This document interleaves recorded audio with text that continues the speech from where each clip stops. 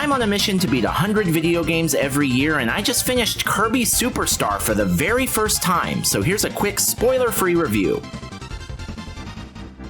Playing these in order of release, this is the 5th Kirby game I've managed to beat, and this franchise is kind of middle of the road for me up to that point, but Superstar is probably the best one so far, so why is it also my least favorite? There's nothing to dislike about the basic format, even though most of the game is still pretty standard Kirby 2D platforming. Breaking the experience into several smaller games, each with their own unique spin on the formula, is way more engaging than Kirby has ever been before. You have more abilities to steal from enemies than ever here, and a lot of them are so powerful you can essentially insta-kill some of the bosses with them, although there were a few boss fights that were still pretty tough and a lot of fun. And those game types that aren't just platforming take some big swings and for the most part pay off. I mean, you've got a boss rush in here, a collect-a-thon, and even kinda sorta almost a Metroidvania with Milky Way wishes, because you sometimes have to backtrack to unlock abilities you may have missed so you can break down barriers and proceed with the game. But here's where Superstar starts to lose me, even though none of these decisions are necessarily bad. When I picked up my controller to start this, I was looking forward to what Kirby has always been up to this point. A nice, breezy, fairly easy side-scroller where knowing what to do and where to go is never an issue. But a couple of these games just aren't like that, and you have to be very thorough in exploring the levels or you risk having to circle back and replay them, and I don't like to replay anything. It's fully a preference thing, but I don't usually like not knowing what to do in a game. It's okay if it's hard, but I'd like it to be clear. If I'd known what this was going into it, I probably would have been a lot more mentally prepared to deal with it, or perhaps I wouldn't have tried it at all. But as it played out, I was just annoyed by the curveballs it kept throwing me, and unfortunately this entry turned out to probably be the best in the series so far objectively, but also the one I enjoyed the least. I know that isn't fair and it means I'm kind of a baby, but that's the kind of gamer I am, honestly. I don't have a lot of patience for games that make me replay content, even if everyone else loves it. This is one of the few reviews of mine that I will own as a bad take, but at the end of the day, I have to rank these by how much I enjoyed them, and I didn't really enjoy this very much because of my own personal failings as a gamer. I rank every game I managed to finish by how happy it made me, so this one ended up at number 87 out of the 100 games I've beaten so far this year, and 496 out of 547 I've beaten since I started doing all this way back in 2020. You heard that right, I have officially completed my goal of beating 100 games for the 5th year straight, and while this was a bit of a sour note to accomplish that mission on, I'm still having a blast doing this, and I plan to keep going until, I don't know, my fingers fall off or something. Next up, we'll be tackling the ultra-stylized black and white side-scrolling action game Trek to Yomi, so feel free to follow if you'd like to see my thoughts on that one and where it ends up in the rankings once it's beaten.